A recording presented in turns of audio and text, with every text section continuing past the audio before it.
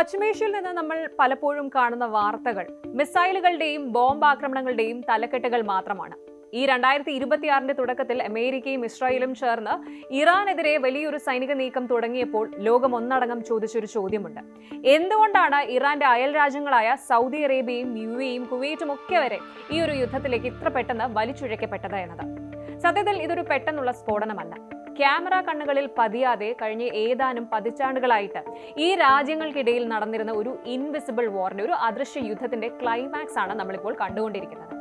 Iran എന്ന പ്രാദേശിക ശക്തിയുടെ വളർച്ചയിൽ അയൽ രാജ്യങ്ങൾ എത്രത്തോളം ഭയപ്പെട്ടിരുന്നു?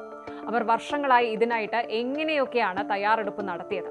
മിഥ്യാധാരണകളും രഹസ്യ സഖ്യങ്ങളും നിറഞ്ഞ പശ്ചിമേഷ്യൻ രാഷ്ട്രീയത്തിന്റെ ആരും പറയാത്ത ഉൾക്കഥകളിലേക്ക് നമുക്കൊന്ന് പോകാം. നമുക്കറിയാം, ഇറാൻ എന്ന പേര് കേൾക്കുമ്പോൾ തന്നെ സൗദി അറേബ്യ, UAE തുടങ്ങിയ രാജ്യങ്ങളിൽ ജാഗ്രതയുടെ ചുവപ്പ് വിളക്കുകൾ കത്താറുണ്ട്. എന്തുകൊണ്ടാണ് ഈ വിശ്വാസവും ഭയവും ഇത്രത്തോളം ആഴത്തിൽ വേരോടിയത്? പലരും കരുതുന്നത് ഇത് കേവലം ഇസ്ലാമിലെ ഷിയ സുന്നി വിഭാഗങ്ങൾ തമ്മിലുള്ള പ്രത്യയശാസ്ത്രപരമായ ചേരിതിരിവ് മാത്രമാണ് എന്നാണ്. എന്നാൽ ഇതിനെ ഒരു മതപരമായ തർക്കം മാത്രമായിട്ട് കാണുന്നത് വലിയൊരു തെറ്റായിരിക്കും. ഇതിന്റെ യഥാർത്ഥ ഇന്ധനം എന്നത് power, petrol and geopolitics ആണ്. പശ്ചിമേഷ്യയിലെ മേധാവിത്വത്തിന് വേണ്ടിയുള്ള പോരാട്ടം, എണ്ണപ്പാടങ്ങളുടെ നിയന്ത്രണം, തന്ത്രപ്രധാനമായ പാതകൾ കൈക്കലാക്കൽ എന്നിവയാണ് ഈ അദൃശ്യ യുദ്ധത്തിന്റെ കാതൽ. ഇതിൽ ഇറാന്റെ വളർച്ച തങ്ങളുടെ നിലനിൽപ്പിന് തന്നെ ഭീഷണിയാണെന്ന് അറബ് രാജ്യങ്ങൾ പണ്ടേ തിരിച്ചറിഞ്ഞിരുന്നു. ഇറാന്റെ ഏറ്റവും വലിയ ശക്തിയും അയൽ രാജ്യങ്ങളുടെ ഏറ്റവും വലിയ പേടിയും എന്താണ് എന്ന് വെച്ചാൽ തെഹ്റാൻ രൂപീകരിച്ചിട്ടുള്ള അപ്രത്യക്ഷ സൈന്യങ്ങളാണ്. ഇതിനെ പ്രതിനിധി യുദ്ധങ്ങൾ അഥവാ പ്രോക്സി വാർസ് എന്ന് വിളിക്കാം.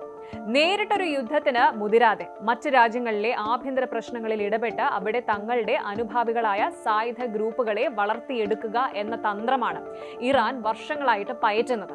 യമനിലെ ഹൂതി വിമതർ, ലെബനിലെ ഹിസ്ബുള്ള, ഗാസയിലെ ഹമാസ്, ഇറാഖിലെയും സിറിയയിലെയും വിവിധ ഷിയ മിലിഷ്യകൾ, ഇവരെല്ലാം ഇതിന് ഉദാഹരണങ്ങളാണ്.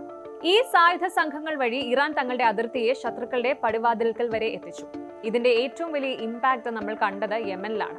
സൗദിയുടെ തൊട്ടടുത്ത അയൽരാജ്യമായ യമനിൽ ഹൂതികൾ അധികാരം പിടിച്ചെടുത്തപ്പോൾ അതിനു പിന്നിൽ ഇറാന്റെ കനത്ത പിന്തുണയുണ്ടായിരുന്നു.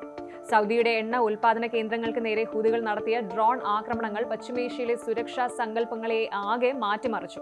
അത്യാധുനിക പ്രതിരോധ സംവിധാനങ്ങളുള്ള വലിയ രാജ്യങ്ങളെ പോലും നിഷ്പ്രഭമാക്കാൻ ഇറാന്റെ സാങ്കേതിക വിദ്യയ്ക്ക് കഴിയുമെന്ന് ഈ പ്രോക്സികൾ തെളിയിച്ചു. ഈ 2026 യുദ്ധത്തിൽ പോലും UAEയിലെ ബറാക്ക ആണവ നിലയത്തിന് നേരെ ഇറാഖിൽ നിന്നും ഡ്രോൺ ആക്രമണം ഉണ്ടായത് ഇതിന്റെ തെളിവ് തന്നെയാണ്.